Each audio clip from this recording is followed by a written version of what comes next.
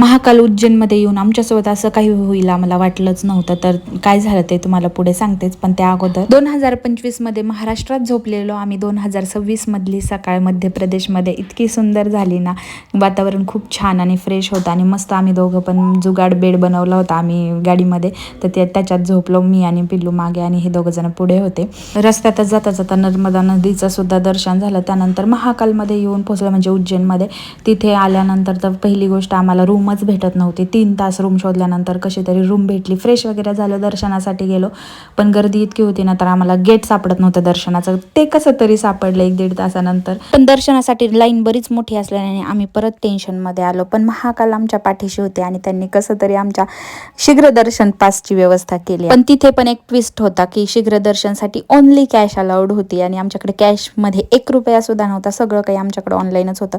पण तिथे पण आम्हाला महादेवाच्या स्वरूपात एक मुलगा मिळाला आणि त्याने आम्हाला 1000 रुपये कॅश दिले. आम्ही त्याला ते ऑनलाईन ट्रान्सफर केले आणि मग ती कॅश देऊन आम्ही 250 रुपये पर हेडने ते शीघ्र दर्शनचे पास घेतले आणि पास घेऊन मग आम्ही दर्शनासाठी निघालो. ॲक्च्युली खूप कमी गर्दी होती शीघ्र दर्शन रांगेमध्ये आणि व्ह्यू तर खूप सुंदर होता मंदिराचा. मग फायनली आम्ही येऊन पोहोचलो मंदिरामध्ये.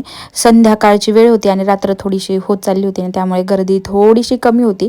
नाही असं नाही, गर्दी भरपूर होती, पण त्या तुलनेत म्हणजे दिवसभराच्या तुलनेत कमी होती. आणि मग आम्ही महादेवाचा जय जयकार करत, महादेवाचं नामस्मरण करत आतमध्ये मंदिरामध्ये येऊन पोहोचलो आणि आमचं दर्शन खूप छान आणि अगदी मन मोकळं झालं. महादेवाला मन भरून पाहता आलं. दर्शन करून बाहेर आलो.